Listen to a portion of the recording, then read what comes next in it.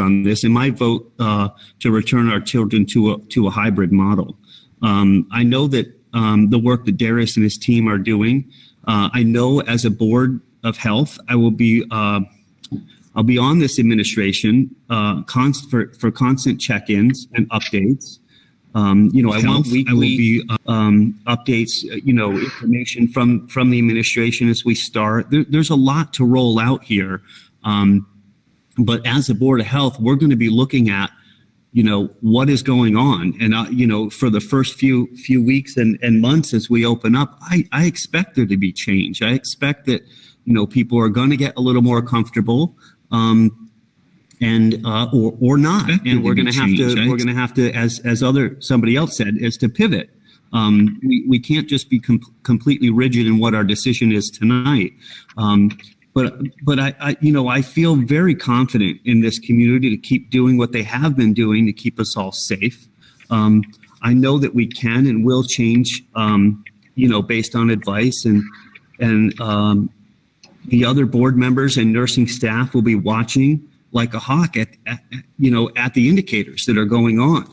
I know that we have amazing public health staff in place to do the contact tracing, the quarantine, and the isolation if needed. We know what's going on in this community. I've been on the select board for 4 years, Board of Health for 4 years, chaired last year. So I've been able to work regionally with FERCOG, with Lisa White, our regional health nurse, all the different people working alongside Carolyn Ness. If anybody is into public health and knows what's going on and has their pulse on the finger on the pulse, it's Carolyn Ness.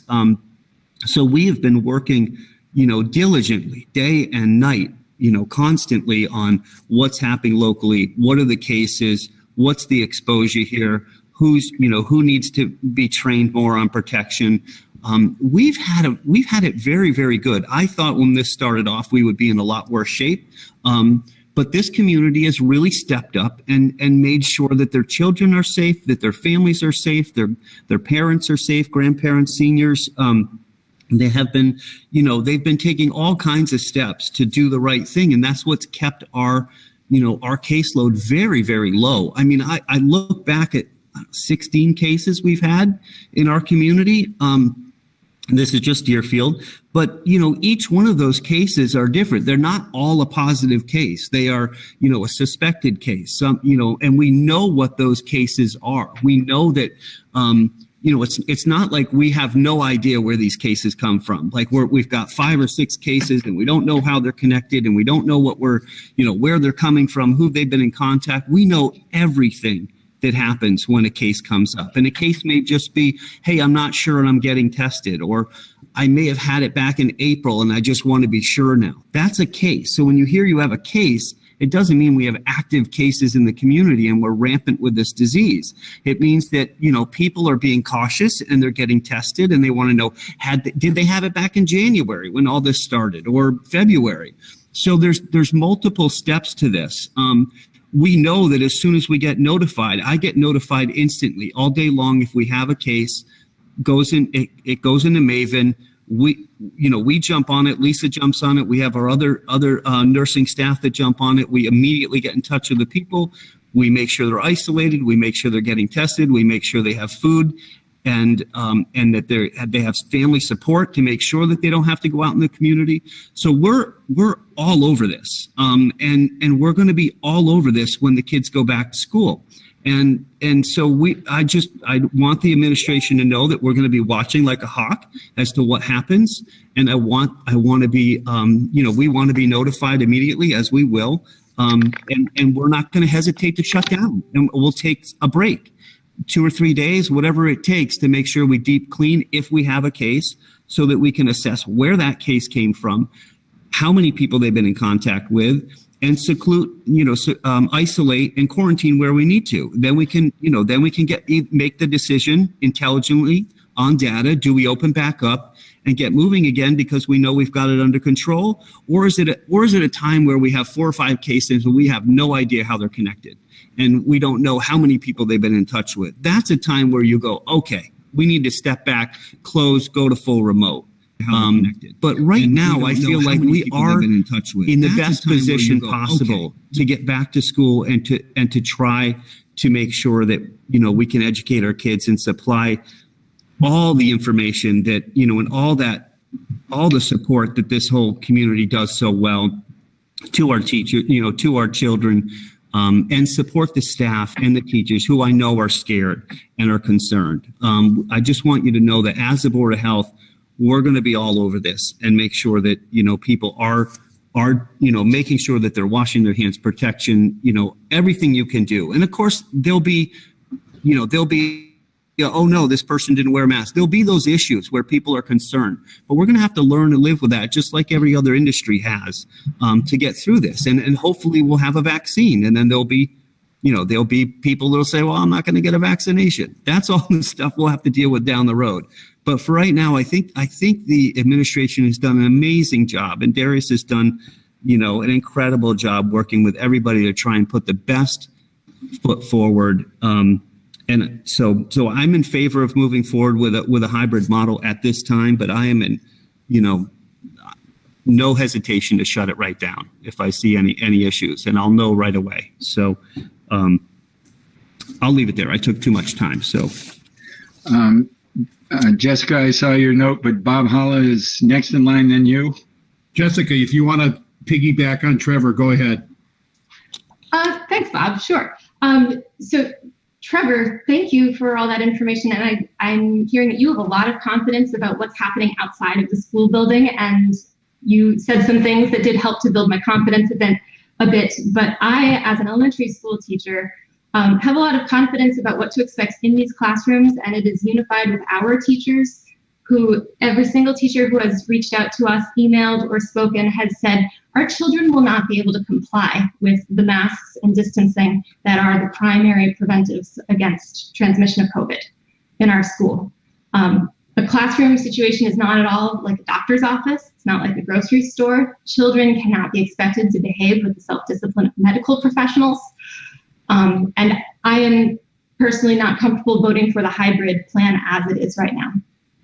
I would very much like to have us have more discussion about what a quote unquote remote program could look like, partly because I think there's a lot of misconceptions about it. If we did vote for a remote program, we would be prioritizing special populations to still have in-person instruction. So a lot of special education students and whatever other groups the administration deemed appropriate could still be in school and getting their personal needs met while being safer because the general student population is not in the building. I think we could do what is primarily and planned to be a remote program for the general student population, but we could begin the year with some short-term outdoor sessions. We've heard a lot of interest in outdoor education tonight and through the emails and other comments we've received. And that way, if we started with a plan like that, where we're planning ahead to be fully remote, when we're all expecting that there will be increases in our rates that will force us into closure in the future, if we plan for all remote, then we are already set up for it. And I would very much like to work on benchmarks to know when to come back. I want us back in the classroom. The teachers want us back in the classroom. But I'm not prepared to vote for the hybrid plan as it is right now.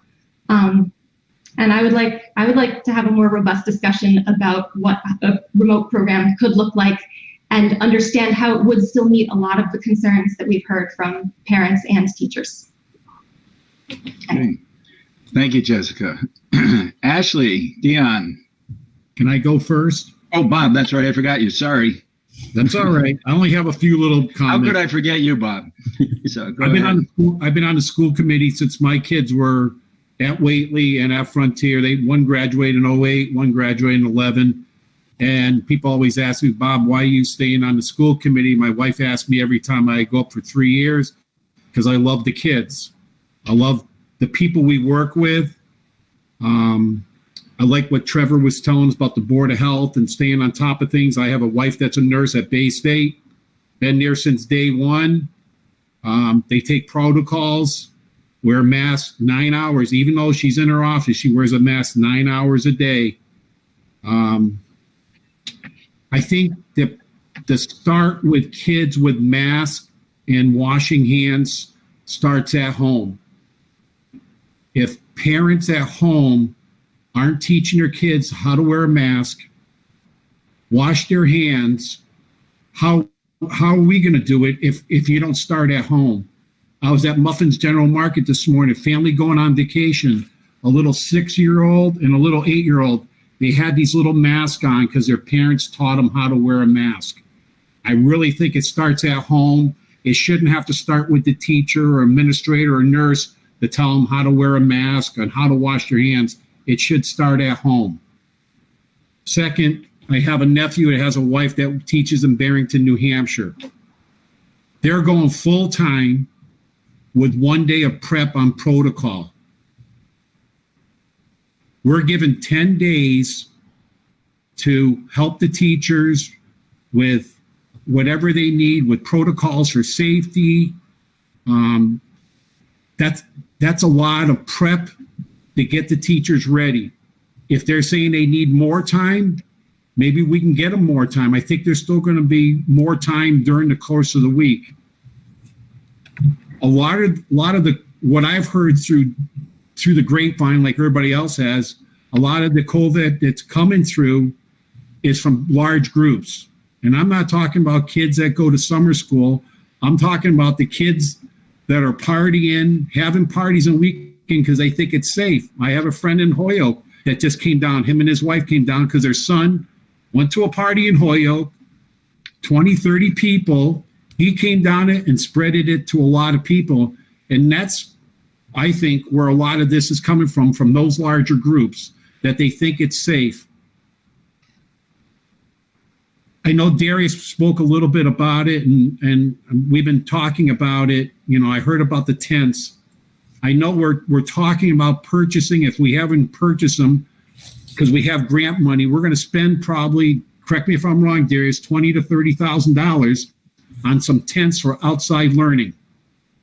I know a few people thought was talking about it. I think it's a great idea. I'm not sure how long we can go into November, maybe.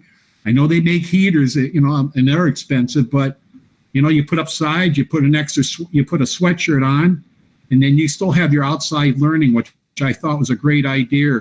I talked to the Lilly family. They're getting bombarded with purchasing more tents for colleges, for outside learning, and for high schools like Mohawk and stuff. I'm for the hybrid. I'm also chairman of the Frontier Regional. So I do a couple different hats here. So I've been on the elementary a long time, and I've been on that Frontier for a long time also. Thank you. Thank you, Bob. Now we can try Ashley. Is Ashley still here? On at the screen. Here we go. I got it. Ooh, that's exciting. Good job. I'm not entirely sold on either way that school will be returning. A lot of parents spoke about kids that have special needs or kids with learning disabilities. I have a daughter with type 1 diabetes, which presents a whole nother series of problems. Oh, shoot. And I don't even know. Sorry. There's not enough information for me to entirely feel safe with sending my kid back to school. But I am not a good homeschool teacher. I mean, at 10:30, I'm like reaching for that 10th cup of coffee and thinking I'm going to rip my hair out.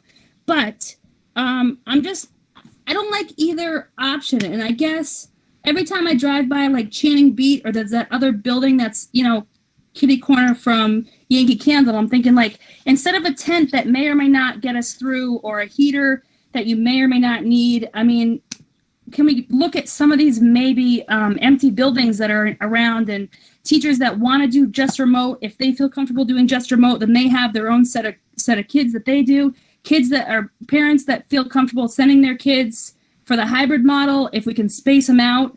I think the tent is a good idea in the short scheme of things, but I mean, there's not going to be a vaccine for a year or so. The winter is going to present a problem. So I just wanted to put that out there. Okay, thank you. What you guys thought? Okay, Carrie Etchells. Yes, hi. So just for everyone in the audience, I'm a parent too. I have 3 children at DES, so I'm coming at this from a few perspectives. I've been struggling with this. What I've come back to over and over again is I keep hearing from families, from parents who just can't do remote for whatever reason. Because they work and don't have the time to spend with their kids, because the parents technologically can't be assisting their kids with remote, because the kids struggle with remote so much that the parents cannot bring themselves to force their children to sit in front of a computer and work anymore. Remote is just not going to be able to reach some families. And how can we make sure we're reaching them? If it's an equity issue, as public schools, we need to make sure we're servicing all the children. If we can't reach students for whatever reason, we failed them. That's not acceptable to me. I'm thinking about risk. We're looking at, there's a risk of coming back to school and students being sick and spreading infection. But there's the risk of not being in school for, well, it's already been several months, but 6 months or a year and a half at this point. The families who aren't able to get their kids learning, the stress on families financially if they stay home to help their children, the emotional stress that families and parents and children are under. I think about, I, as a parent of 3, we struggled with remote. It was, if we have to keep doing it, we'll have to keep doing it, but it was hard. And that's with 2 parents who were able to reduce our hours part-time to help with kids. So there's always someone there to help our kids at school, and kids who, for the most part, were able to tolerate some remote learning. And it was hard. And I think about families who aren't as lucky, who struggle more, just the emotional impact on parents, potentially taking it out on their children because no one gets a break. Parents need a break, the children need a break. So in my head, I'm weighing the risk of spreading infection versus the risk of not being in school. And it's hard, you can't quantify one versus the other. I also want to say that it shouldn't be the school's responsibility to provide childcare, but the sad fact is it is for a lot of families. It'd be great if we could fix everything else behind that, but we can't at the current time. There are families who rely on someone else watching their children at least some part of the week. Let's see, got my notes here. The other thing is we just need to, whatever option we choose, I'm just hearing a lot of concern from families and teachers and other community members that we're doing things as safely as we can. So as we go, we just need to be staying in communication, sharing information, being very transparent. So whichever way we go, we can assure the community that we're being as safe as possible. Okay, that's it for now. Thank you. Thank you, Carrie. David Sharp. I saw you unmuted, David, so I assumed. Yeah. All right. I just so I'm Dave Sharp. I'm member of the Deerfield School Committee, and so I just want to jump off of some of these comments, certainly from Trevor and Ken and everybody who's thanked the community and the teachers and administration, obviously, for all the hard work and thoughts that have been put into this, and certainly Emily's very eloquent words that we are all in this together, and so we have to keep it all together. So I'm trying to approach this also from a more, try to be objective and sort of data-driven on some level. And it just seems to me that sort of the literature research that we read definitely says that remote learning is no substitute, particularly at the elementary level. We also, there's a lot of academic research out there, and I think, and Carrie just spoke eloquently to it too, that remote learning is going to impact lower income, lower performing kids the most, as well as the families who are perhaps less privileged. Anecdotally, remote learning in our district was spotty And for some, I think it was kind of probably a negative experience. For some, I think it was absolutely fabulous. And I think, again, that speaks to the individual teachers. But I think you'd be hard-pressed, obviously, to say that it replaces or is anything on the same level. I think there's a reason that national pediatrician organizations, even our fairly well-respected local pediatrician groups, advocate getting kids in school, saying it's fundamental to the well-being of our kids that we do everything we can to do that. And I don't want to go on with that, but obviously a lot of science that says that in-person schooling for our kids is too valuable to give up. We should follow the science when the risks of school-based transmission are low. And to me, I've been a little distressed about, in all of our sort of discussions about this, that we seem to be ignoring that we are essentially living in a COVID, I don't want to say paradise is too strong a word, but compared to the rest of the country, we are, and Trevor, I think you sort of hit on this and you've got more inside knowledge than the rest of us. We are living in we're lucky. We are very lucky to be where we live. I wanted to present something today, apparently to present photobombing. We're not allowed to do that, but I wonder if Darius, if you can put up the map just to illustrate this, that I wanted to put that you said I had to send to you to put up. Is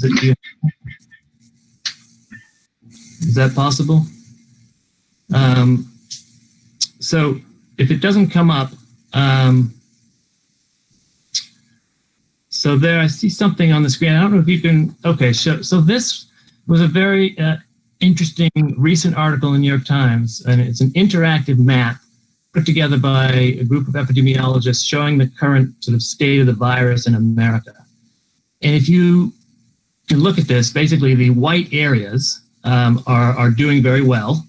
And obviously the darker areas is where it's rampaging. And obviously if you look at us, you see that our little county shows up there and we're sort of snug right up to Vermont.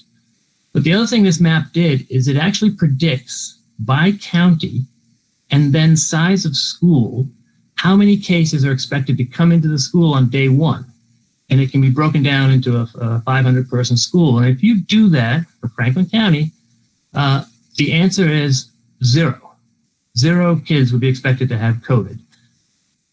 Obviously, we all have different levels of anxiety and fear about things, but we have to understand, and when we talk about benchmarks and stuff, I don't know, in terms of our whole country, what more benchmarks or how much better you can get, essentially, than where we are in our little area.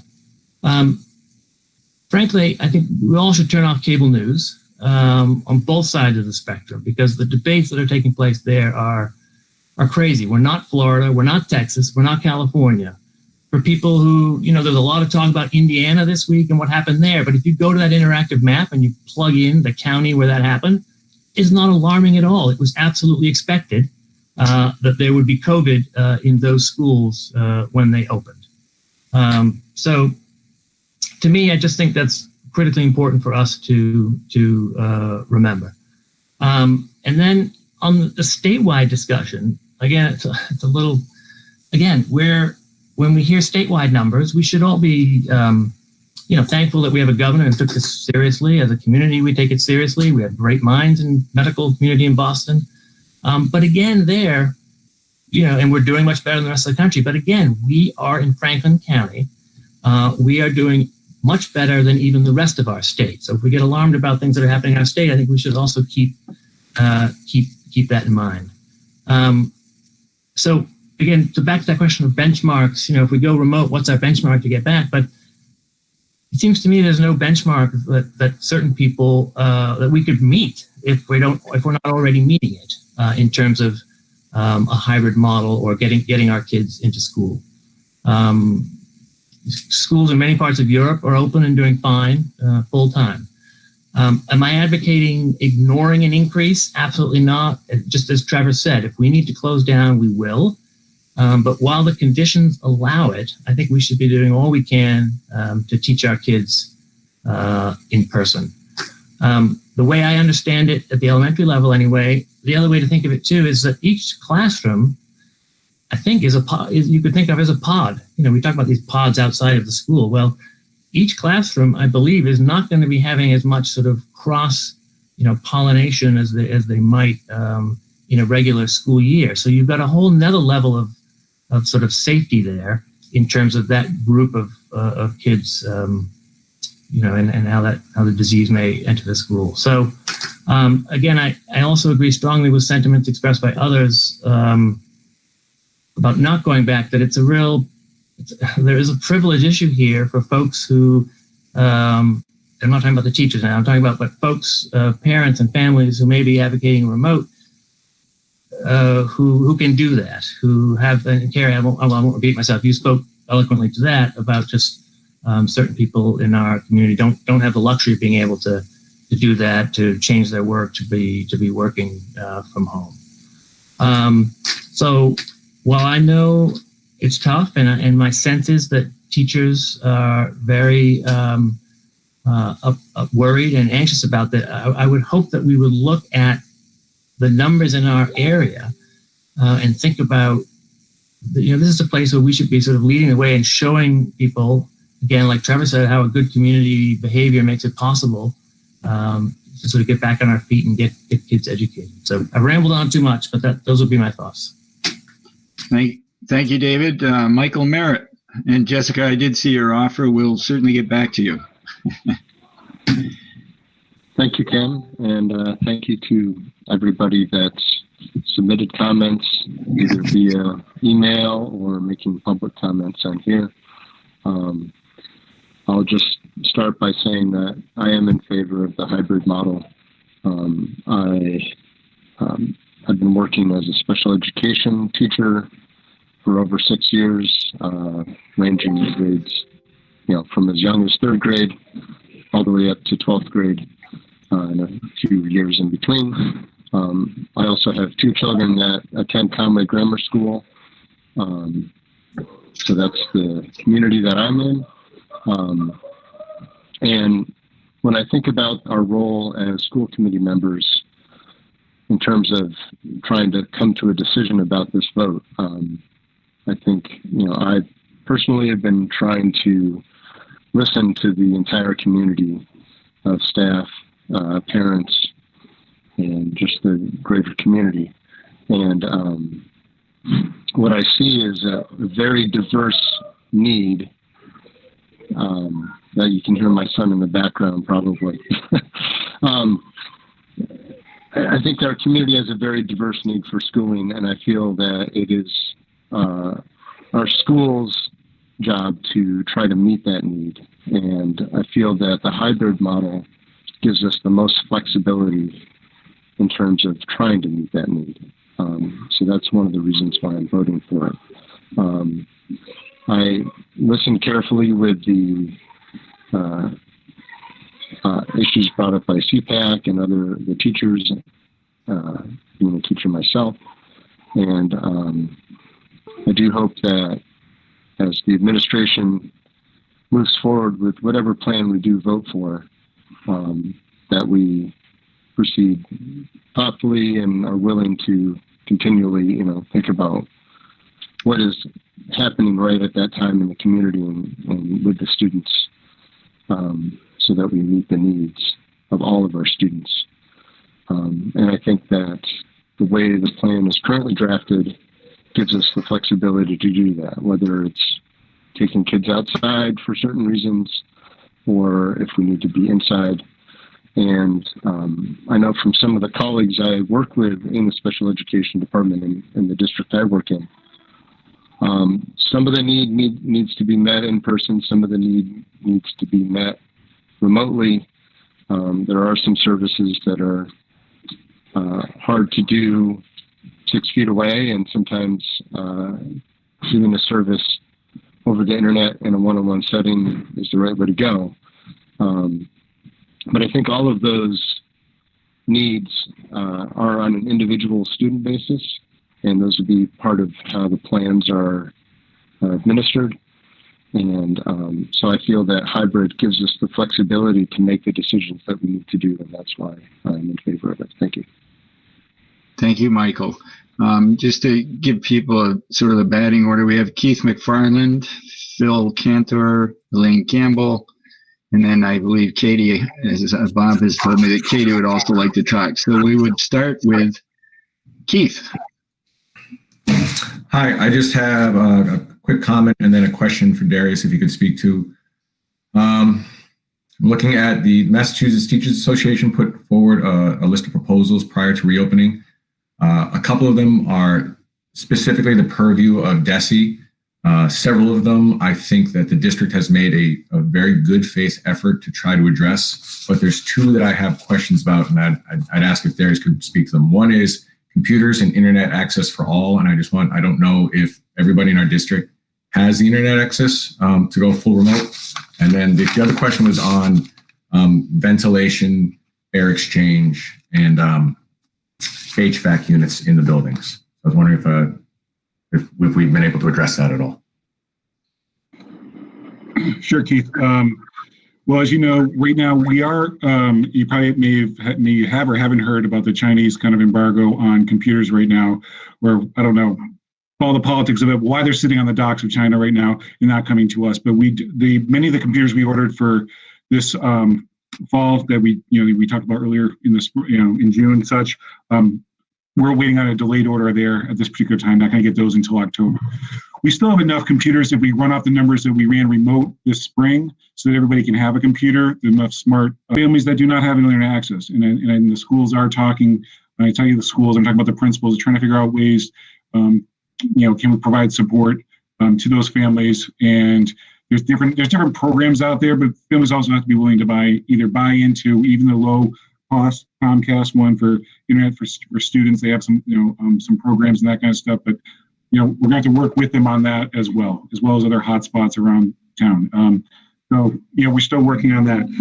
Regarding the ventilations, we have contracted with our HVAC provider to go through every building, go through every unit. It was not cheap to find out, and I say it's not cheap only to people that it's investing money into it. It's not like we paid $5 for someone to walk through the building. We're paying thousands and thousands to go through our buildings and check every single unit, to check airflow, to make sure it measures up to what we're requiring, and also we're replacing out higher MERV values on those air filters, as well as looking into other disinfecting devices. Right now, the majority of our classrooms draw air from the outside. And if people understand HVAC, you change the settings depending on how much outside airflow you want to bring in. One would say you always want it to be wide open, but when you're heating that air, there's a cost there. And so over time, you start to close that. But those things that open and close those vents run on a computer. We have to make sure the computer is saying the exact thing so that we can bring in maximum air and replace, clean, and repair all the ones that may have been, kind of limped along. And so right now, the walkthrough is only going to tell us how they're working and if a repair can be made right on site. And then we're going to get a long list of repairs that we're going to have to go through if I say long list, I'm hoping really short list. We have been staying on it. There are districts where I'm talking to my colleagues that are in a lot tougher shape because you have deferred maintenance. We have not deferred as much in our HVAC system as other schools have had to do. And then we'll have to find money as well to fix those HVAC problems. So it is our number one priority to get those things running smoothly.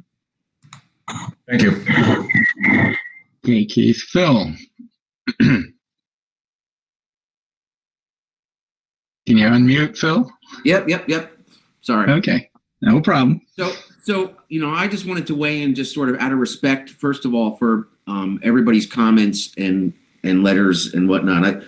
I believe I've read them all. I hope everybody else did as well. I was amazed at the original, the amount of original thinking that went into everybody's responses, and the emotion and the heartfelt sincerity. And I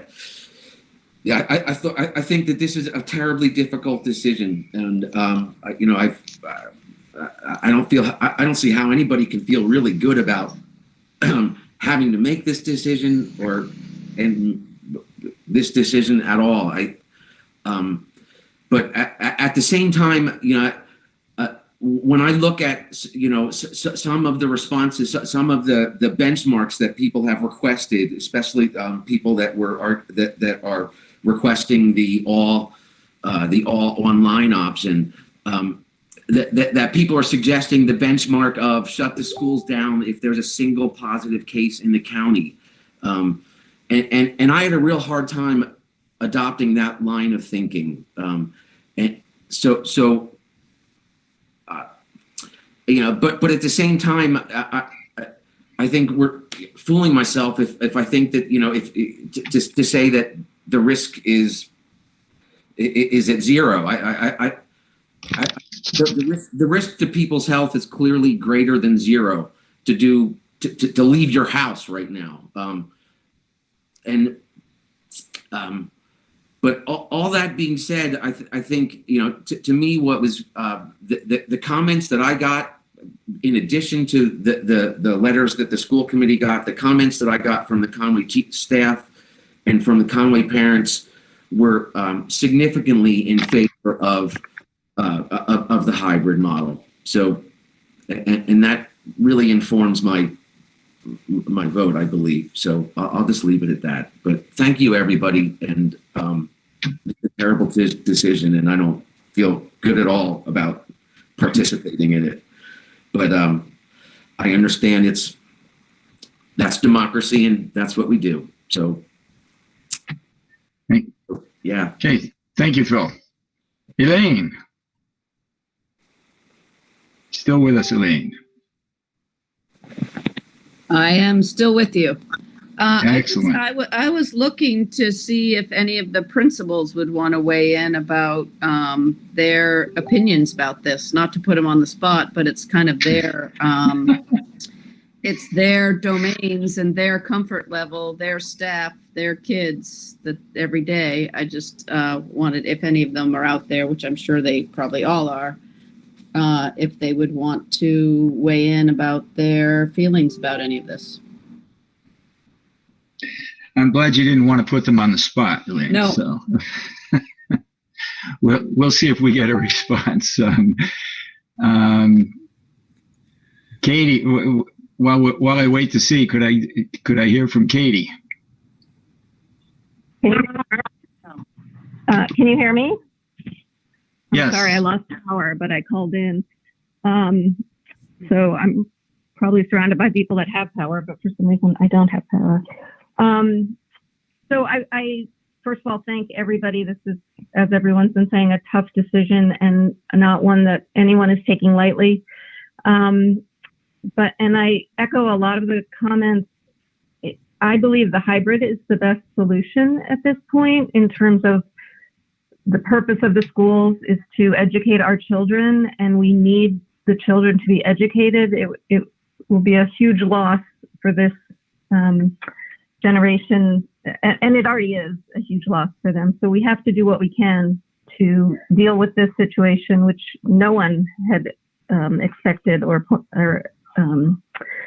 anticipated. But my concern is that the teachers are really, it's clear the teachers are very nervous and concerned about the hybrid model, and the parents, the families have the option to go remote if they want to. But the teachers, I know, Darius, you spoke about working with them to get the hybrid model, to get them more comfortable with the hybrid model, to get them more on board. And I think that's going to be critical to us moving forward. We live in a district that has a lot of advantages right now, and with relation to this situation, we have very low COVID incidences. We have schools that are relatively large and have a lot of outdoor space. I mean, I do feel like we have the ability to solve this or as best we can for the kids and for the communities. But I am really concerned that the teachers are not fully comfortable and on board. And I guess we'll never be fully comfortable, but how do we help get them on board with the hybrid model? And, what options do they have compared to what the families have in that model? Or if you could speak to that, that would be helpful. Sure. Thanks, Katie. I don't mean to ignore anyone else, but can I just follow up on the Elaine yes, question? I'm sorry. Yes, I'm sorry, Darius. I just want to say that I don't think it's appropriate to put the principals on the spot. I mean, principals can speak out, and they're certainly their right. but we're all in that hot spot, and they're in the hot spot of having to work with families, torn from one side or the other. And so I don't know. I'm just saying that out loud, only that I understand even my own position that it's awkward at times. And I think we're putting them in a really awkward spot because, that's how I just feel about it. If you're asking their opinion, you can ask them straight up individually if you want, but I don't know. That's just how I feel about that. Just because, if they come out and then you get parents going to direct their anger at their principal about their opinion about the matter when they don't really have a choice in that. You know what I mean? They were told to put these plans together and hand off to you. I understand they can give insight to whether or not it can work or not, but yeah, Darius, I don't mean to. I generally, we in our school committee meetings, we sit there with the principal and we look to them for their leadership and their guidance at all of our meetings. So it's kind of lacking in this forum because we don't get to interact with them, which is what we do in our school committees. We ask them for the real lay of the land and what's going on and all of that. So, so it's right now we don't have their voice, and it's really, it's hard to make a decision without hearing their voices because we trust their leadership and their read on their staff. And so to have like that void, and I understand it puts them on the spot, which is not what my intention is. It's just we really respect them and their opinions. So, but I agree with you. I don't want to put him in a bad spot. So I will retract my invitation. Okay. Peter Gagarin. Yeah, hi. I just wanted to echo somewhat what Katie said about the teachers. I just have a tremendous amount of respect for our teaching staff. And I know that many of them feel vulnerable and scared. And, I'm in a vulnerable demographic myself just because of my age, and I feel scared. And so I really do understand their concerns. I am real hesitant to vote for a hybrid model unless I really feel like we have done everything possible to get them on board as much as possible. I realize for some, it's just something that they will not be comfortable with. But I think that we have to bend over backwards to work with them on the things that they are worried about to see if we can take care of them. Okay. And if we can do that, then the odds of this working well and working effectively with dealing with the kid just seem to me to be a whole lot better. And if we go into it with a sense on the teachers that they may not ever say, but that it's like, they're unhappy with their situation, okay? It's just not going to be good for the learning and for the kids. And so, Darius, you have to figure out a way that, there may be things they want that you may say, well, this is, we have to negotiate this or something like that. I think we're at a time where we have to say, what can we do? Just as you talked about what we're trying to do with, getting the building in shape, or trying to do with getting the technology for people. We have to do way beyond what we would normally think of doing to make sure that we can get, the teachers' concerns addressed as much as we can. Thank you. Thank you, Peter. Ben, you put your name in, but I'm certainly not going to put you on the spot. If you don't choose to speak, that's fine. We'll understand. So, no, that's fine, Ken, and thank you. And I don't mind speaking at all. So I'm wearing two hats here. I have obviously the principal at Sunderland Elementary School, and we also have a daughter who will be entering kindergarten at Deerfield Elementary School in a few weeks, and whatever model that is. Elaine, I'm not going to choose a direction here, but I'm going to come at it more from a neutral stance. And as the principal of Sunderland Elementary School, my number one job is to support the teachers and families first and foremost, and the students. When I am able to put the teachers in a position to succeed and feel comfortable, they shine. And I know that when we went full remote this past spring, our teachers really put put their hearts on the line and did everything they could to make it a successful experience with no remote teaching professional development and really hopping right into it from the beginning. Some of our students shined with the remote model. Some of our students were also not very successful with the remote model either. So really, in each situation, it's a no-win either way. But I do want to emphasize that our teachers at Sunderland and across the entire district worked tirelessly.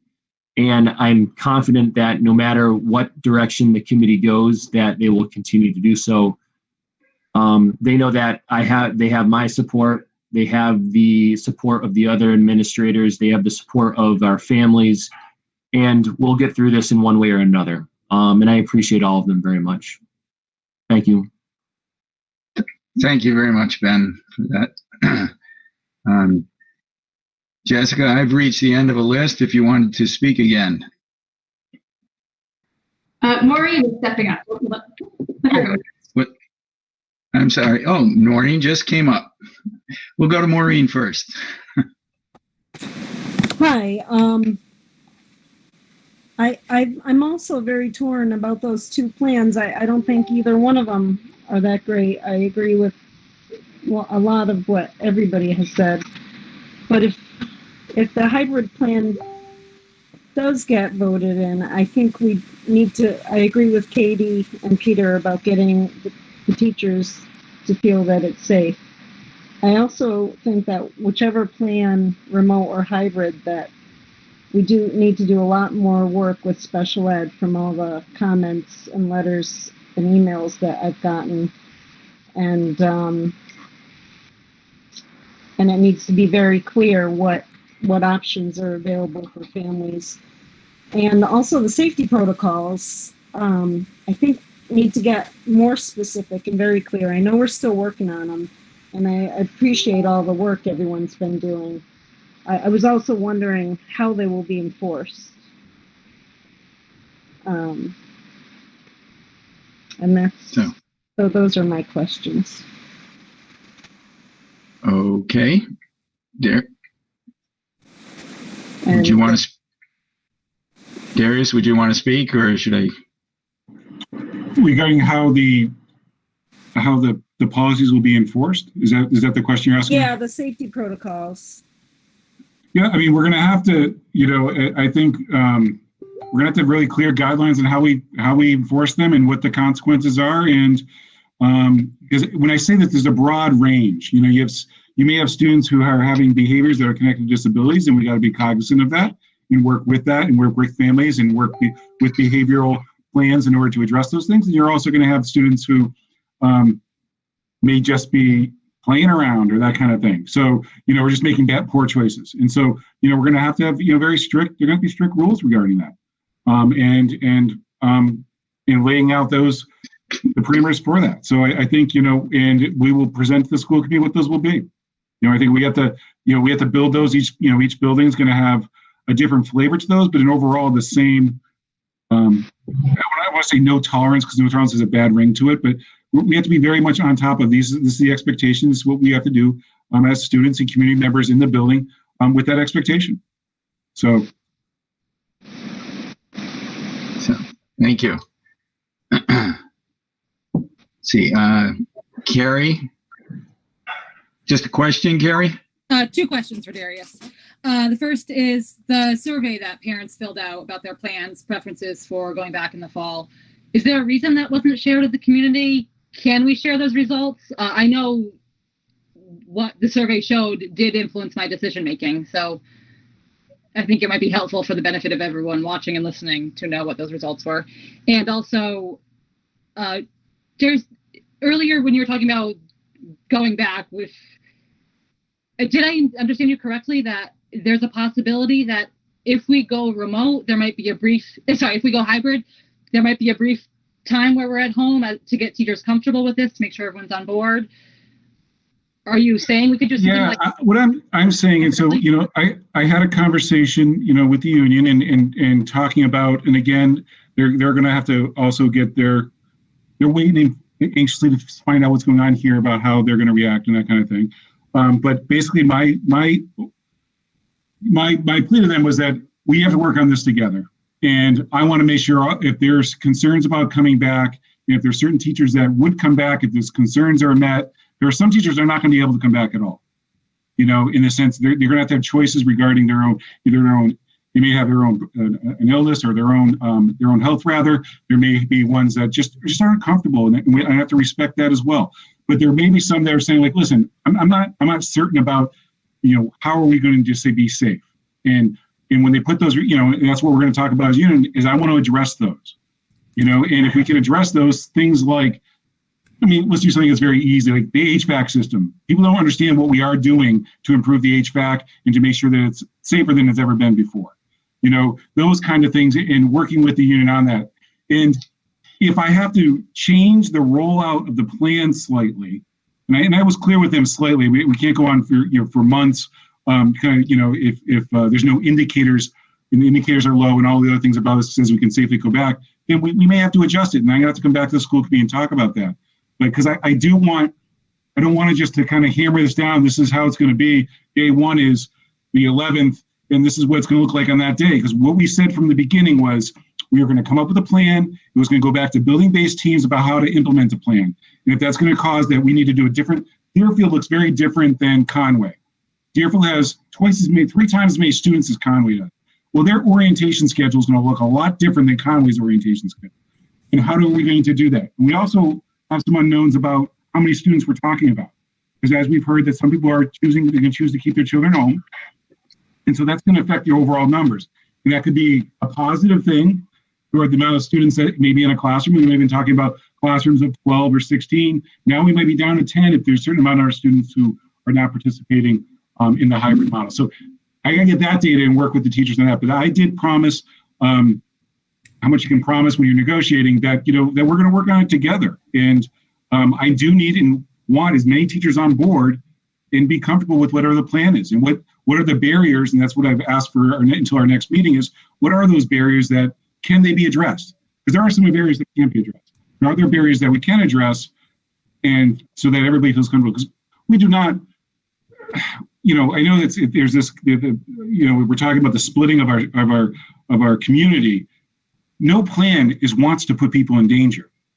One plan has a little more risk, but no plan is putting people in that we're saying like, that makes complete sense, but we don't want to do that.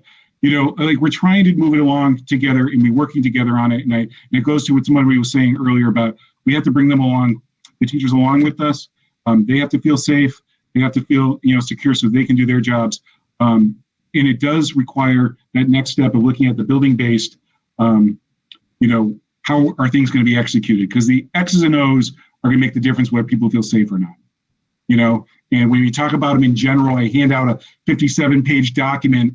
You don't see them the same way you do when you have working teams working through them, that kind of thing. You also asked about the data. This is the data. I shared it at the last meeting as well. I'll see if, Sarah, if you're out there, I don't know, Sarah might be able to put it in a link so people can look at it that way.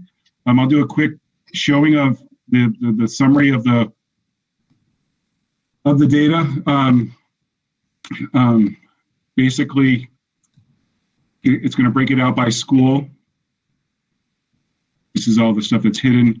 As we move forward to an in-person model this fall, my child's planning to participate. And so you can basically look at the percentages here. Yes was 46%, probably yes was 34%, probably no was 13%, and no was 5 or maybe 6%. Note that people's opinions have changed and recognize this. This is from when that survey went out a few weeks ago. I'm only interested in remote education at this time. Basically, 16% said yes, maybe 3% said no.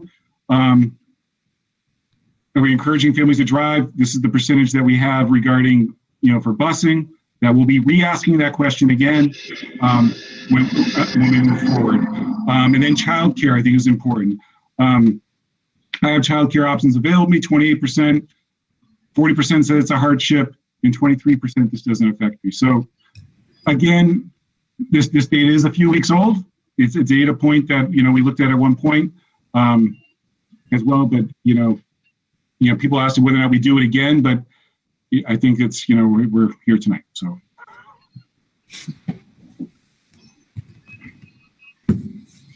I'm finding Mary Raymond is here, and Greg. I just 1 second, Mary. I have a number of people from the general public asking if they can make comments again. At this point in time, our public comments are closed, and we're trying to have a discussion as committees here. So I apologize if I'm offending anyone, but no, I will not be soliciting input from anyone that is not connected with the administration or the school committees. So go ahead, Mary, on that friendly note. Well, first, I just want to thank everybody for all of their input and their emails, and it was nearly impossible to get through them all. I tried to give a brief response to as many as I could, but I agree with Phil. They were so thoughtful and so many excellent points in all of them. And also to my fellow committee members, Trevor makes an excellent point, and David, I liked seeing that map. That was very helpful. In the end, I think for today, at this moment anyway, I would have to agree with Jessica and for the remote option.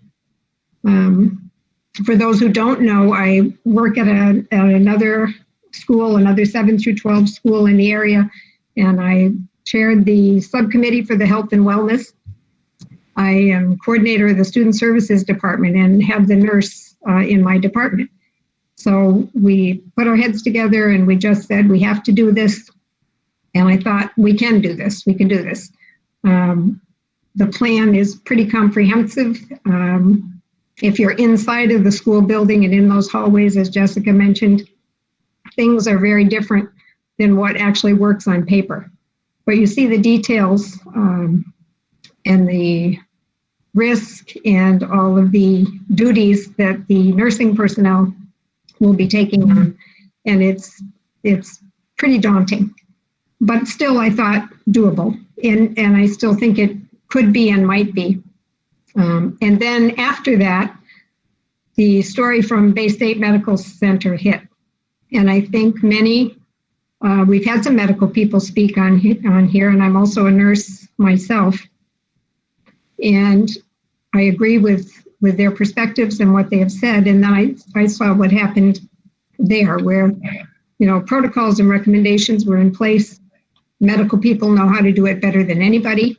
And yet one person, seemingly, according to the media anyway, one person's indiscretion has now infected many, many people.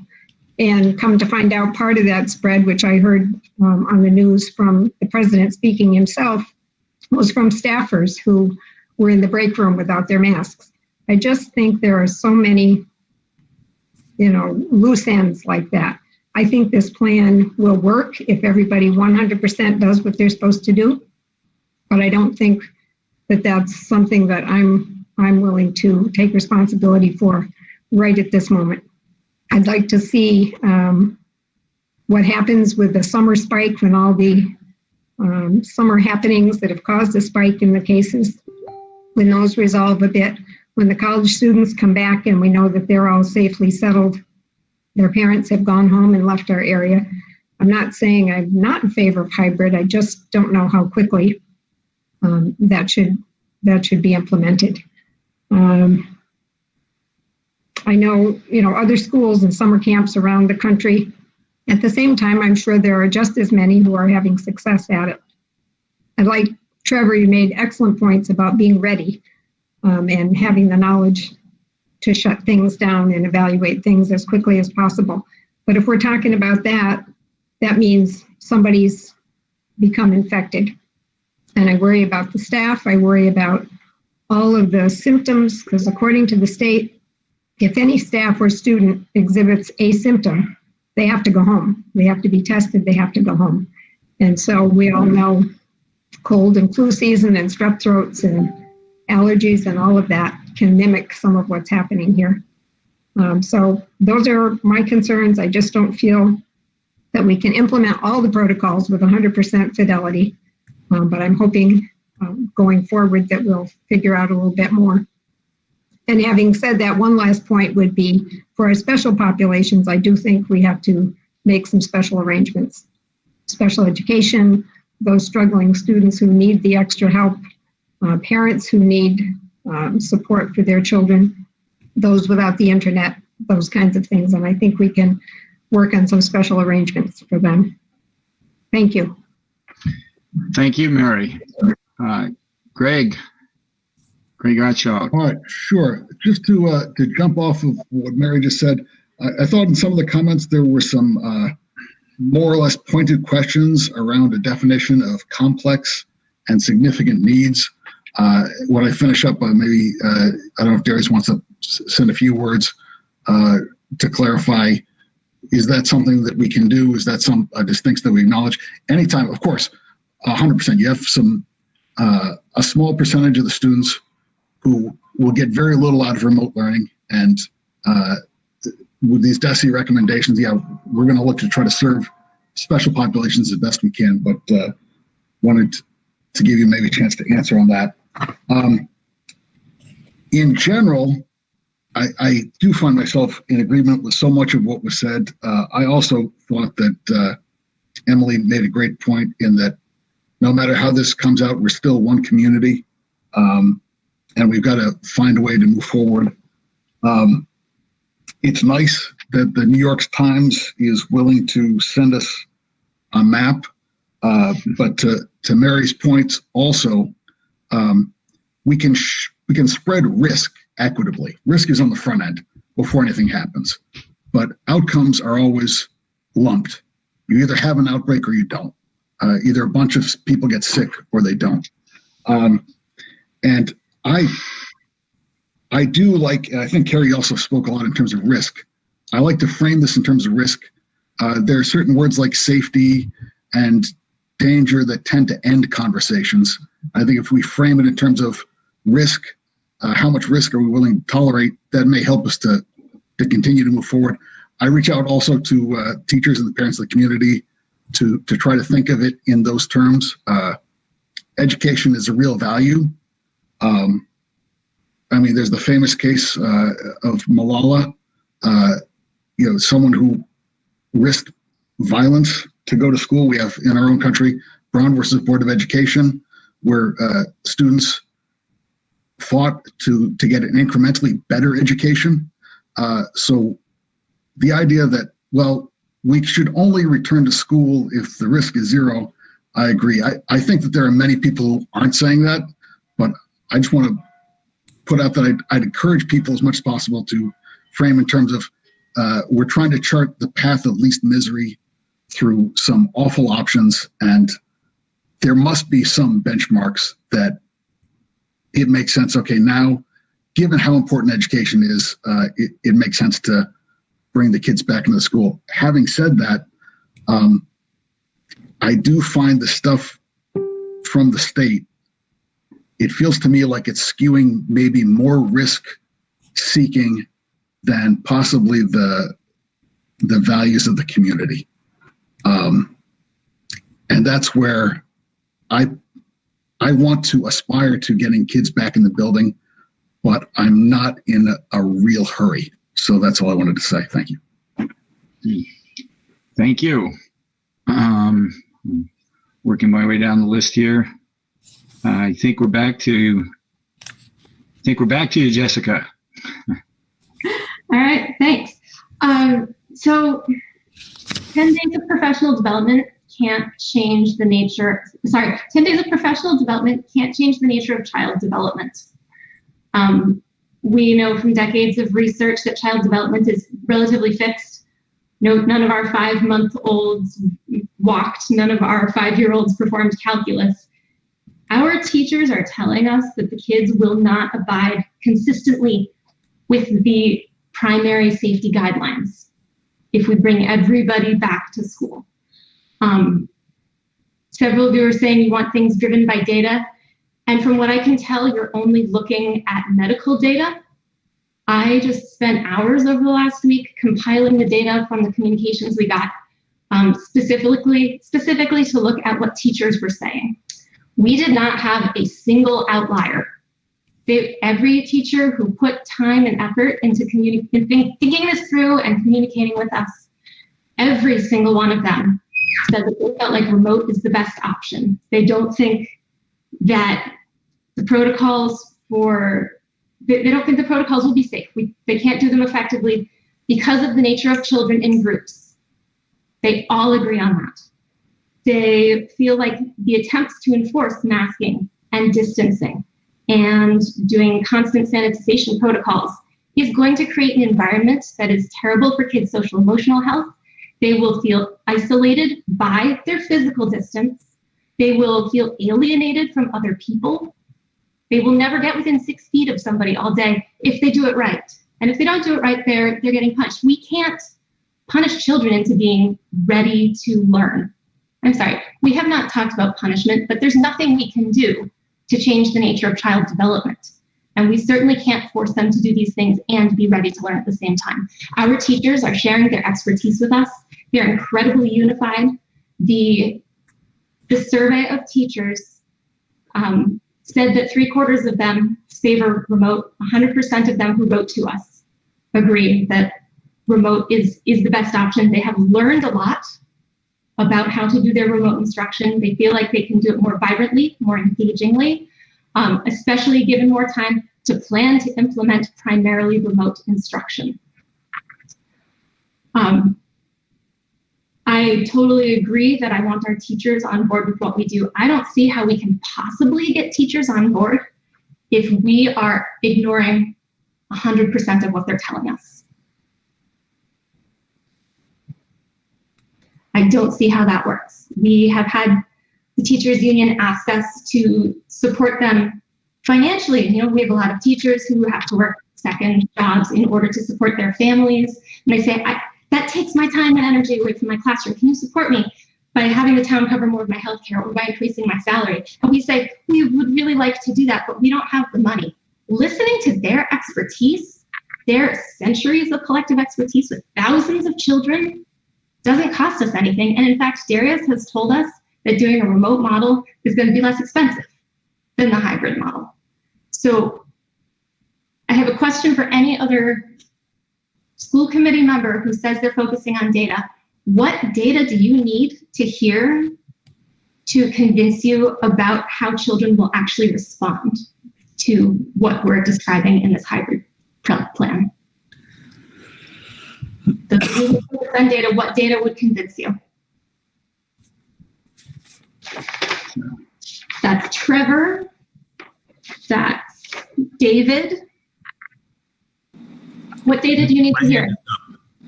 Well, I think you're underestimating the amazing resilience in children, for one thing, and their flexibility and their ability to respond to the leadership and love and support of those around them. So, and I'm a child clinical psychologist, so I'm not sure what data you're looking for. I mean, you can find data on both sides of this argument, for sure. To stay home, to go back. Any of us can find data on both sides of that argument. But I mean, I think all the time, I have worked with children who've been through the most horrific circumstances in the world, like that you can't imagine, and they come out on the other side and have successful lives. So I think all the time we underestimate the resilience of children if adults around them are strong and clear and good communicators and are transparent as possible, as age appropriate with them. Kids can do just fine. Individually, I agree with you. And collectively, if they have strong leaders and support and love around them, kids can do just fine. I actually worry more with kids in isolation in homes that we have no idea what's going on with them in their homes, cut off from all social supports, than I do with having people they trust at least some of the time around them. So, you know, not everybody's home is a picture perfect place, as I'm sure you know. But kids are isolated and cut off, and those that need people right now have no access to them. So those children are much more suited to being in a hybrid model with some support and contact than they are isolated in their homes. You know, we have a lot of privileged people in our district, and we have people who are not so privileged in our district that sometimes get lost in the shuffle. And those people, you know, are desperate. We've had some of them speak up tonight, you know, and good for them for speaking up. But, you know, they're looking at losing jobs, which means losing homes, which means losing lots of things. But just kids being isolated in homes, I'm actually more worried about that than I am in kids being in a hybrid model with our people who I have a lot of trust in, looking out for them all the time. So I just, and again, any of us can find data and statistics to support our position at any time, but isolated children in homes worries me. So I had my hand up. Sorry. No, it's okay. I'm glad you said it. I didn't know when I was due next. So I wasn't watching your hand. I've been watching people talk and looking at the chats, trying to decipher who's anxious to talk. Go ahead, Trevor. Okay, so just you know, on the data. So the main data I'm looking at is, do we have a case in the school community right now? We do not. You know, we are in a very, very good spot. I can't think of another area that would be as beneficial to going back to school right now, you know, as safe to go back to school right now as the one we're living in. Kind of to David's point, there will always be risk. I mean, there's risk for all kinds of, on Maven, there's infectious disease that comes through all the time that we keep an eye on and take care of, and, you know, outbreaks at a school or outbreaks in the community of stuff. So I don't think we just because there are cases in the country or in the state or even in the county, we don't shut down everything for that. I mean, we're stronger than that. We are going to be okay. We're going to work together. We're going to keep an eye on this. We will isolate and quarantine where necessary. But really, we haven't had many cases at all to do that with. So I think until we see trends that we are in trouble, I think we can safely walk back, tippy-toe back into this thing, set our foot in, see how it's looking, address our concerns, work with the teachers, try to make it as comfortable and safe as possible. But just, slowly, deliberately take our time and make sure that we are doing okay. Waiting forever, I shouldn't say forever, waiting till who knows when to go back just doesn't seem realistic. I think we should attempt to go back. We should attempt to constantly monitor and constantly change and listen to the input. And if there are things that are not working in school and we need to change, we change those. But we're resilient, just as the children are. We set the example. We're going to do fine. We have been fine. We've been a model community.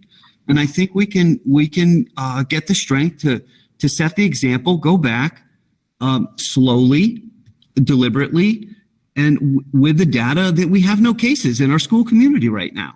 And then if we do, we take a step back and we wait. There's no real, no need to, still keep going if you're having cases. We can turn on a dime. But I think, I don't think we'll ever get to the point where we don't have any risk. This is going to be in our community for a very, very long time. It's not going to be 3 months from now we're going to have a vaccine and 100% everybody's fine. That's just not realistic. It's going to be a couple years before this thing is gone. I mean, usually it takes 10 years for a vaccine. We don't even know if the vaccine will be safe. So, I mean, there's so much that needs to get studied right now on this. I think we're in a good place right now to put our foot in, to go slowly, deliberately, and make sure that, we're taking every precaution we can. And if we see something, pop up, we take a step back. I mean, I think we're quick enough in monitoring that we're going to catch anything that happens pretty quickly, and we'll get through it. So that's the data I'm looking at is do we have a case right now in our school community that is causing us concern that we don't know about and we can't isolate and quarantine and take care of, and we don't right now. I agree that we should go slowly, and the hybrid model we have right now does not feel like it's going slowly. I don't see why teachers will expect that you will listen to them if we don't listen to them now. They are telling us not just about the safety concerns of this model, they're also telling us we don't think that we can support our children learning in person with these protocols. They're using the language of trauma. Was it 7 or 8 different people wrote in and said, this does seem to me like it will cause trauma inside my classroom. I don't think that that's hyperbole. This is experts in classrooms, and what they are saying about what looks good on paper is not going to work in their settings. Yeah. So, hang on one second. Let's, Trevor, Ashley Dion has her hand up. Hi, so I might have missed this, and I apologize. I have been a little absent. I had to do some weird shifts and weird hours during this, but the hybrid model that was sent out was sort of, your children with siblings would go on the same day to make it easier for parents.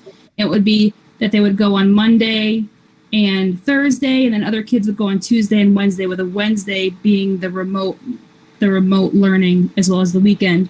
And I'm just wondering if anybody has sort of considered or talked to or thought about like hiring more custodians, or does it make more sense to go Monday, Tuesday in the hybrid model with a Wednesday for a deep clean and then kids going back for a Thursday, Friday, the same children, so that it's not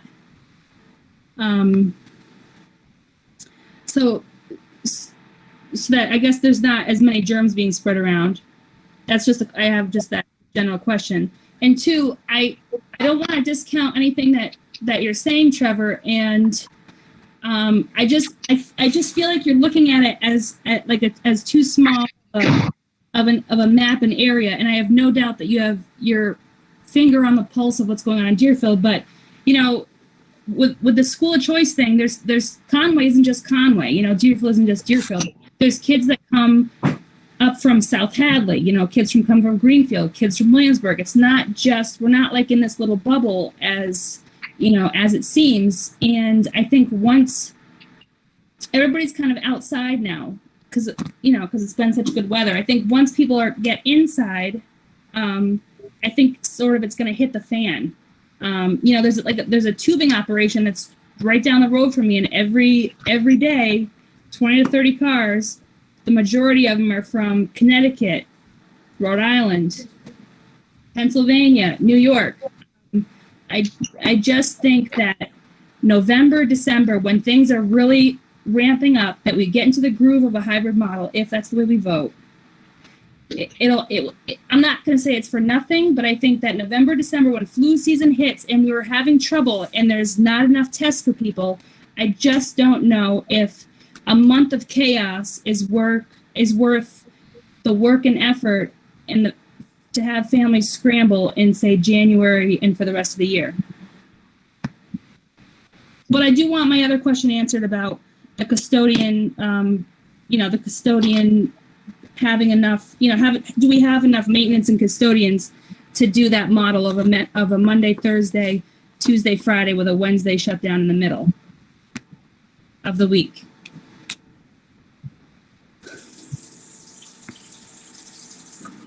Yeah, we discussed it at the last meeting, Ashley. We went into detail that the reason why we did the every other day model was the idea that, the hybrid going back is about going and looking at the remote learning and teaching students how to remote learn.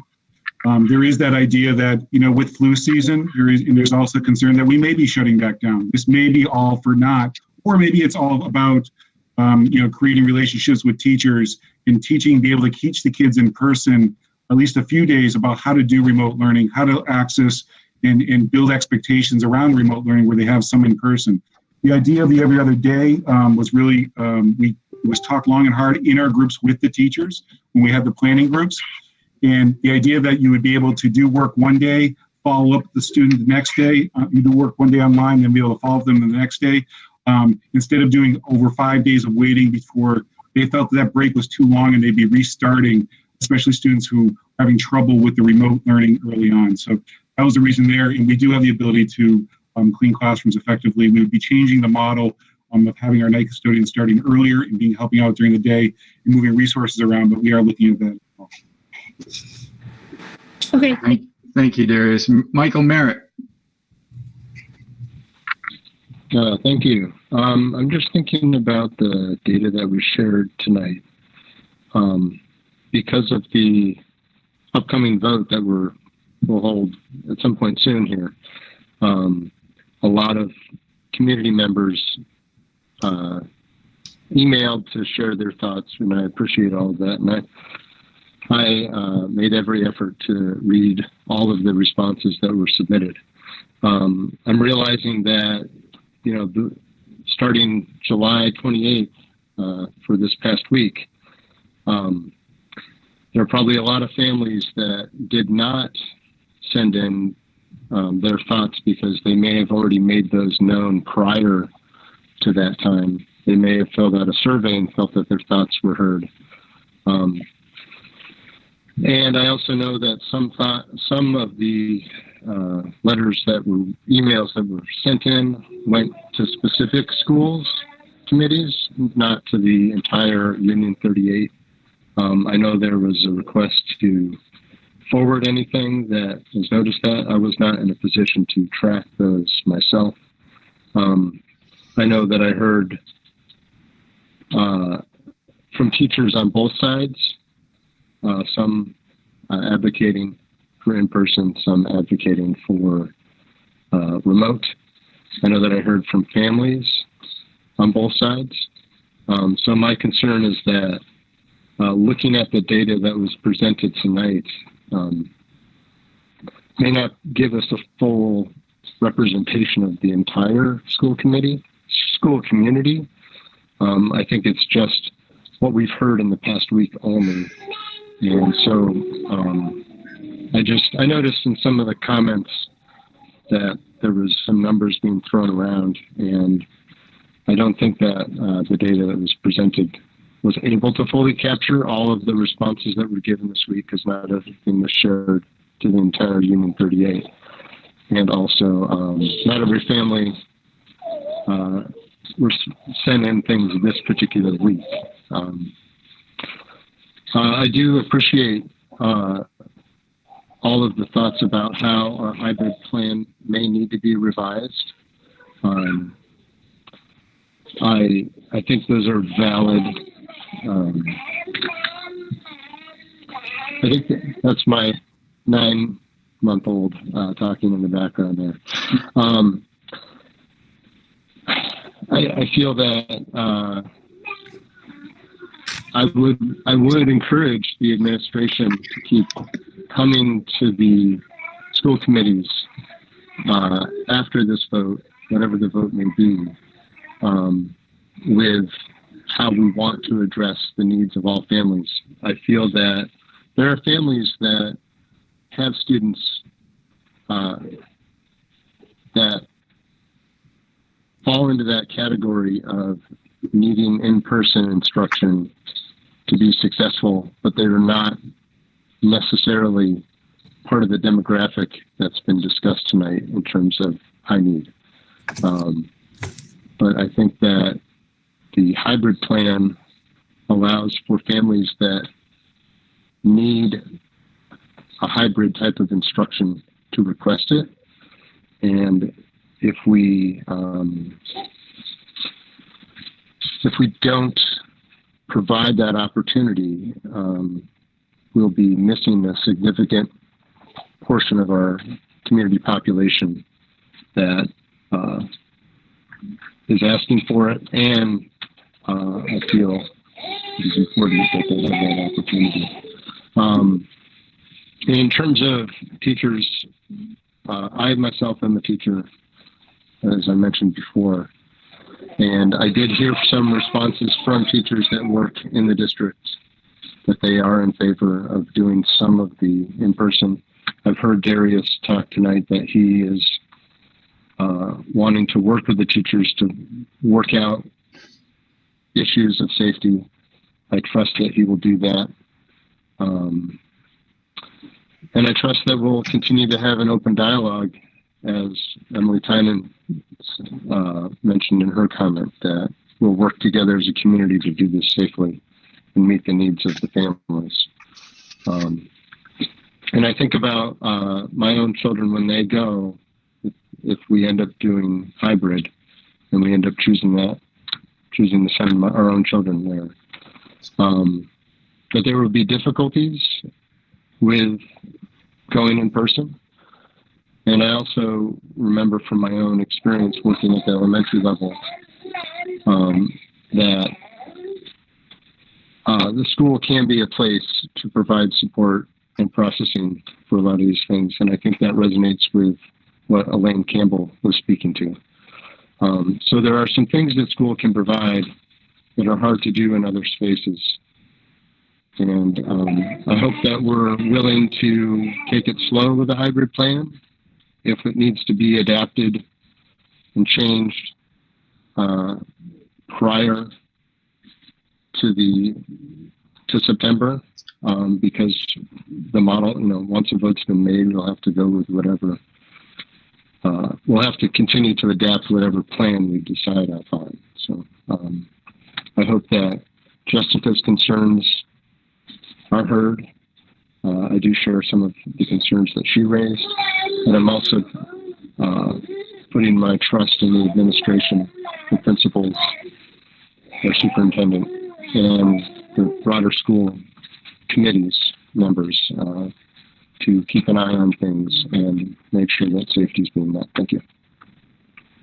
Thank you, Michael.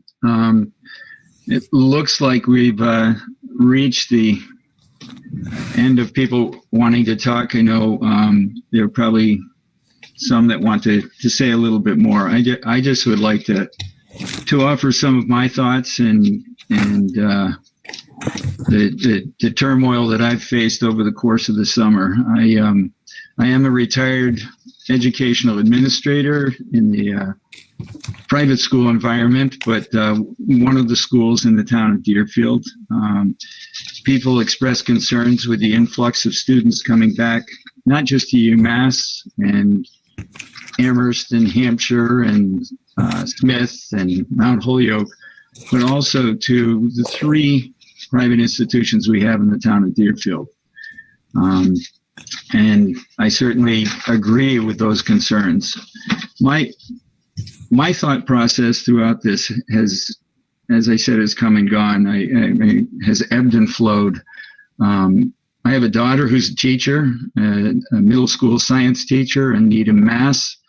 Their efforts at planning for the coming year are nowhere near as extensive and as inclusive as the effort in Union 38 and Frontier Regional has been.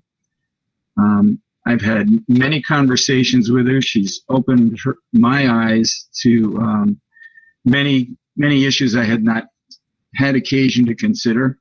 And some things that stuck with me in my conversations with her as she contemplates what she's going to do in the fall. And believe me, she's out there trying to figure out what's going on. But she talked about the fact that remote learning, was a mixed bag for her. The kids that were committed in class when they were in class stayed committed, and the kids that she expected wouldn't participate as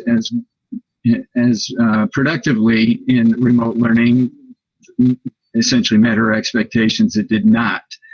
But one thing that she said to me as we talked over the summer was she's very concerned about the coming school year, not just for the many reasons that Jessica and the other teachers have outlined tonight, but because if they start remotely, or if you start remotely, you don't have a chance to truly get to know your students, or she doesn't feel she has a chance. She had 6 months with her kids before the doors closed in March.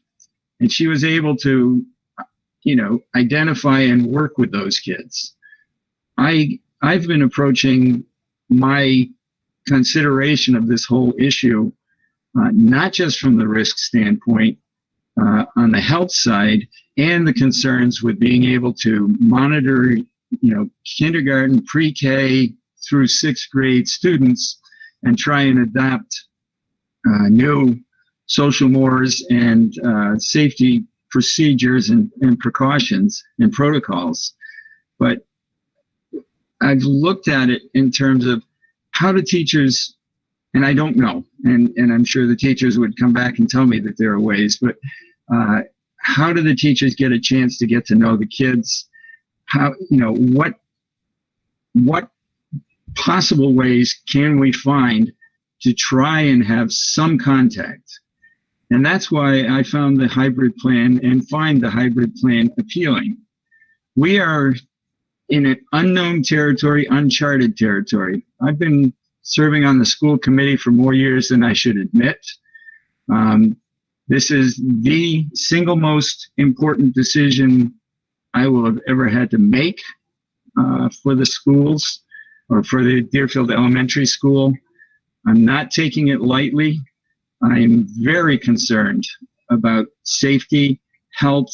I'm listening to the professionals, the teachers, who are telling us the issues and problems they foresee. However, if we don't try something at this point in time, then we're not looking at 6 months. We're not looking at 12 months. We're looking at 2022, in my estimation, because we're going to go through the same debate next summer after having spent a year doing remote learning, and we will have still not gotten the answers how to how to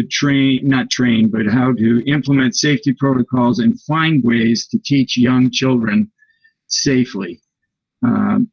I view this opportunity that we have tonight to vote on a plan as an opportunity to vote on a model that allows the administration. We still have 3.5 weeks before the teachers would be going into professional development.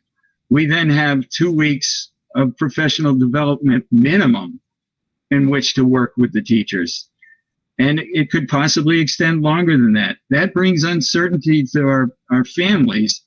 But I need to be confident that the staff and faculty, and not just, the administration and others, feel confident in the ability to move forward with the plan.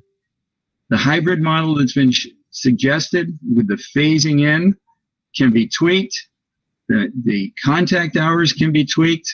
We can still be working, in school and remotely in combination. If something happens, we're easily able to pivot to full remote learning.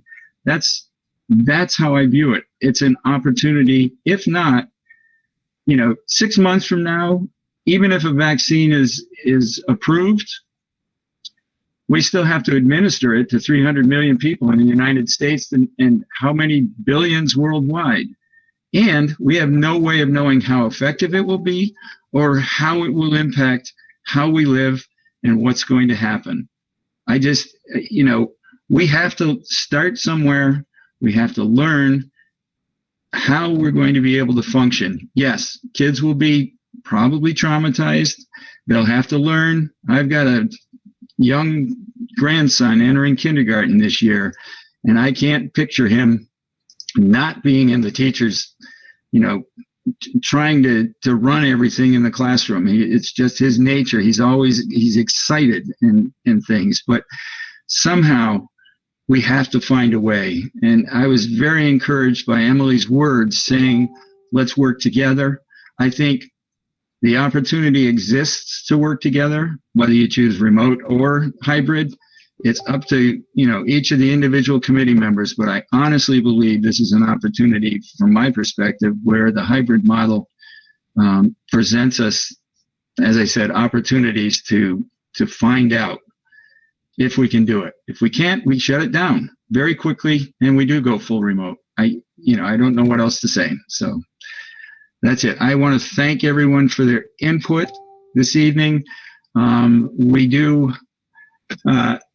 We as a committees are charged with approving a plan for submission to DESE by the 10th. That's why this meeting has been held. That's why many people in the audience think that minds were already made up and there doesn't seem to be a lot of good constructive dialogue going on. I personally think there's been some pretty constructive dialogue. I know there's frustration in many quarters, on either side of the fence. But we are charged with approving a plan of some type, and it has to be the three options. One is fully remote, one is fully in class, and the other is a hybrid plan. Those three have to go to DESE by the 10th. Is that correct, Darius? The 10th. Today is the 4th. If we were to proceed to another meeting, we've got posting requirements and everything else, we'd be acting at the very last minute. So it's up to each individual committee. And I really don't have a model by which to proceed. I guess I could start with the or go ahead, Barry. You go ahead and start with, you can take care of your committee, but basically you're going to hear the chairship over to each committee, and each committee will go in turn to decide what they want to do forward, because it becomes their vote and their discussion at that point. So you're obviously chair of Deerfield, so you can do the Deerfield, but then you hand it off to the chair of each committee and let them go from there. Okay. Begging everyone's permission. Hang on, don't be. What's that? Conway's happy to go first if you want, Ken. It really, it doesn't matter to me. I can easily do it. It's alphabetical. Oh, it's alphabetical. Conway. Okay. Is that reverse alphabetical or alphabetical? Go ahead, Conway. All right, Conway, can I get a motion for, I think we'll start with, since the all out of school model is out, either a hybrid model or a fully remote model. I'd like to make a motion myself for the hybrid model and see if I can get a second. Is that your house, Michael Merritt? That's my son. Here's the guy. He's on Could we get you to mute? TV. There he is. Hey, there you go. Congratulations. Could we ask you to mute, though? So for my I'm apologies. making a motion But for before I hybrid move model. you, Phil is I'll seconding the make a motion. second. All in favor? That's fine. Roll call. Phil? Yes. Yeah. Michael? Yes. Yeah. Michael? Yes. Ashley? Did we lose Ashley? Oh, there she is. No, I'm here. Okay. Yes. All right. And I vote yes. I don't know if Denise is still with us. I am. I vote yes. All right. So Conway is fully voted for hybrid model. Thank you, Conway. Next up is, what's the alphabet? Deerfield. On to you, Ken. Deerfield. I will also entertain a motion for either the remote or hybrid model. Do we have a motion? Trevor, you need to unmute if you're making a motion, or David. Yep, sorry about that. This is Trevor McDaniel. I would make a motion for the hybrid model to begin the school year. I'll second that motion. Thank you, David. We have a motion and a second. Do we have any further discussion? Just, I guess, not to prolong this at all, but I guess the main thing I wanted to, I think we have a meeting coming up in a couple of weeks, Darius, for some budgetary discussions for the school, and I would really love to have a little bit more flushed out. If you vote in the positive for the hybrid model, really a little bit how that works with the building of Deerfield. I know that it's a massive building, and I know it's been put into that, but how the kids come into the building, how they leave, all those fine details that are more minute for each school building itself, and then when they're not teaching, where the teachers are going to be when they're doing remote. I know we've heard 5 hours or so of instruction of remote. How that kind of all plays out and works. So I know that once you had it, you would start flushing out some of that other stuff. So I just request that at the next meeting if you could. Okay, thanks, Trevor. Yep. Any other thoughts, Jerry or Mary? David, Ken? Okay, we will move to a vote. David Sharp. Yes. Carrie Etchells. Yes. Trevor McDaniel. Yes. Mary Raymond. At this moment, I'm going to say no. I would have been surprised if you didn't. Kenneth Cutterback, yes. So it is 4-1 in favor of the hybrid model at this point in time. So let's see. S would be next. Sunderland. I thought I saw Greg left the meeting. Is he still gone? Yep, Greg's No, I'm here. Oh, you're back. Indeed. I hit the wrong control key. Okay. Yeah. So again, I'll entertain a motion for either option. I'll make a motion to approve the hybrid model. Motion. Second? I'll second it. All right. Further discussion. I'll speak. Sure. I'm a classroom teacher. My wife's a classroom teacher. I'm very concerned, but I do think that the hybrid model provides us the greatest amount of flexibility. If there are students and teachers or parents who are not comfortable going to school, they have the option to go virtual in this model.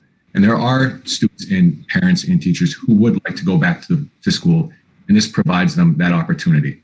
If we do go virtual, we are eliminating an opportunity for a big segment of our population. So I think this gives us the greatest amount of flexibility, and ultimately I do believe we'll go virtual during cold and flu season, but this also gives me the best opportunity to meet my students and to set up what's going to happen eventually. So that's why I would propose the hybrid model.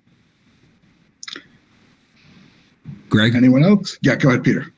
Yeah, I've just been really torn by this, trying to balance off the needs of the kids for being back in school with the concerns about the teacher and putting themselves in harm's way. I guess I've heard enough tonight to feel that we are making sufficient efforts to address particularly the teacher concerns. And so I will support going to the hybrid, but I certainly hope that Darius, and in our case, Ben, when we have additional meetings, and I'm guessing we'll have quite a few of them, we'll be reporting back all the stuff that they're doing to take care of these concerns that are being expressed, because, this is not going to be easy, and good communication plays a huge role anytime things get difficult. And it's one of the things I've admired about Darius since day one as a superintendent has been his good communication. And I'm sort of counting on that and counting on his general abilities that he showed to move this forward in a way that has the best possible chance of working. Thank you. Anyone else? Maisie, Jessica? I'm not comfortable with steamrolling the input of our teachers and their expertise. I don't see how we can have truly positive relationships with the teachers going forward if we completely overrule them. Fair enough. All right. I am also very torn, and I understand Keith's point and Ken's too, that we're going to be looking at this, as Trevor says, with sort of the hand over the red button. understanding that if there is an outbreak of any point, I mean, it may be too late, but the cases are low, and it is an opportunity to see what works and what doesn't. And because we are likely to end up in a remote learning situation later in the year anyway, I would feel uncomfortable closing the door on the possibility here and now tonight. So I guess we go to a roll call vote then? Yeah, and the motion is to approve the hybrid, correct? Yep. Maisie? No. Keith?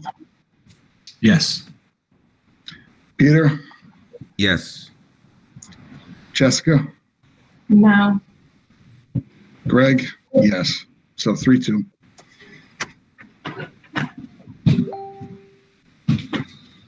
Okay. Thank you, all committees. Thank you, all committee persons. Don't forget Waitley. I'm sorry. I got ahead of myself. My apologies. Waitley. I forgot Last but not Waitley. Next time we'll go in reverse alphabetical order. Yes. So I will entertain a motion from my committee. Make a motion for the hybrid. I second the motion. Okay. Any comments before we take our vote? I'm really This is probably the. Oh, go ahead, Maureen. I was just gonna say I'm really torn. I wish we could delay the hybrid by a month or something to see how the other districts in our area do. But I don't know. Go ahead, Bob. Bob, do you want to say something? Yeah, as Ken was saying, it's probably the hardest thing. This is probably the second hardest thing I ever had to do as a school committee member. The first time was, I won't even say what it was, but it was probably as bad as making the decision on going to hybrid here. So, but you know, it's a tough decision. I think everybody made great comments. I did read every single email that came to me the last few days. I was telling Darius, I got done at 5:24 last night, and between 5:24 and 6 o'clock, I got 5 more last night, and then today, they just kept on piggying back on top of each other, and you know, some of them were teachers, some were parents, some were, you know, professionals weighing in their vote and stuff. A couple of the teachers, I told them to read the letter, but I heard at the beginning that they didn't want anybody reading the letters and stuff. So, you know, anybody said, "Can you read the letter?" I told them specifically, if you want to read the letter, you can read it to the other people that were out there. So, Okay.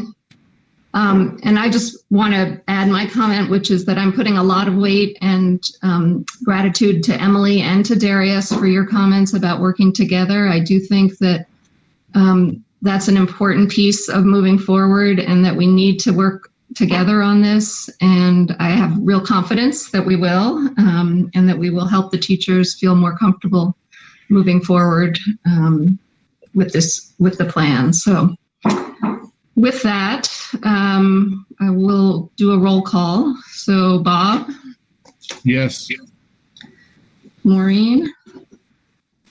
I'm gonna have to say no at this time. And Katie, I'm going to say yes. So Waitley is also for the hybrid model.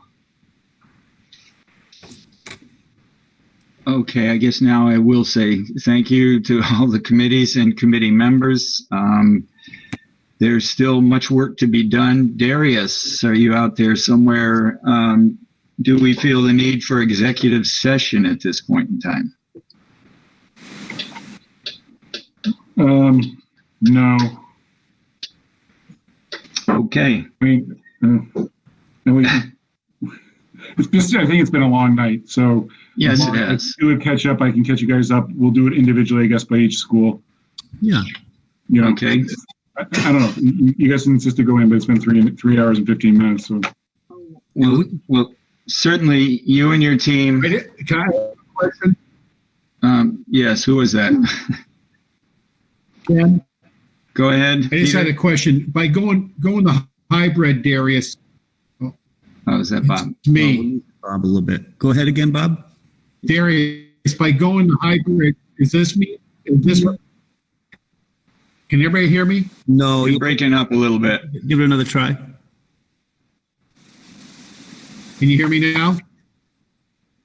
Yes. Yes. Darius, with going hybrid now, does this mean some of the school committee meetings will be in a location where we can all meet and have people be like a remote thing? So basically, that's up to the chair. No matter what, you're going to have to do some sort of remote because you want to be able to, if you want to have open access to all as much as you can during this. If someone was having to be quarantined or had concerns about being in public, you want to make sure they have access. So if you wanted, obviously Whately is a 3-person committee. If we wanted to somehow also make it a live meeting while you're also at it, you could do something like that. But it is up to the chairs on that particular thing. Okay. Thank you. Okay. All right. Well, we have 4 committees. We're going in reverse order this time. 4 committees to adjourn. So if I'll make a motion to adjourn from Whately.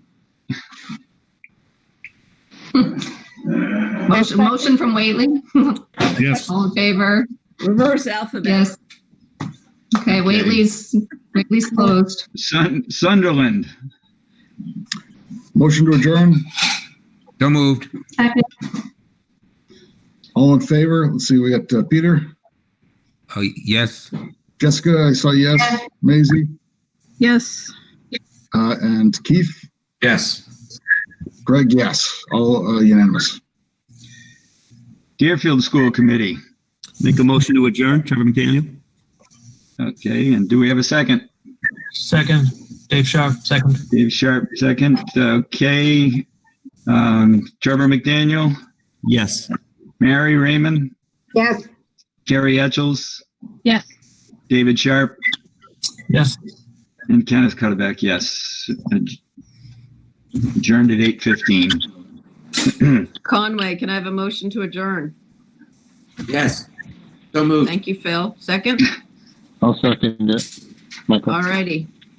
Phil, Yes. Michael, Yes. Ashley, Yes. Go brush your teeth. Denise. Yes.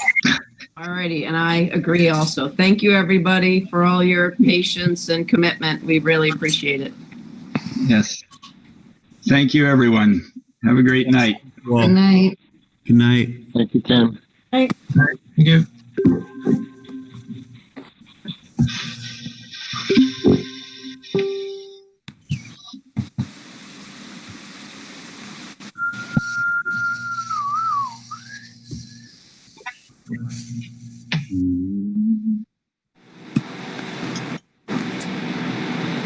Shut this thing off.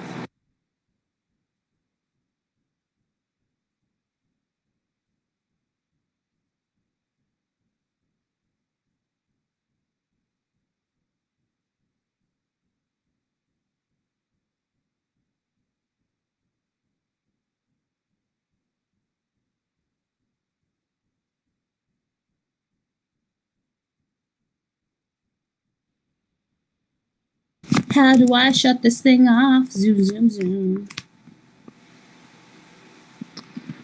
Oh, jeez. Mosey, how do I shut this thing off?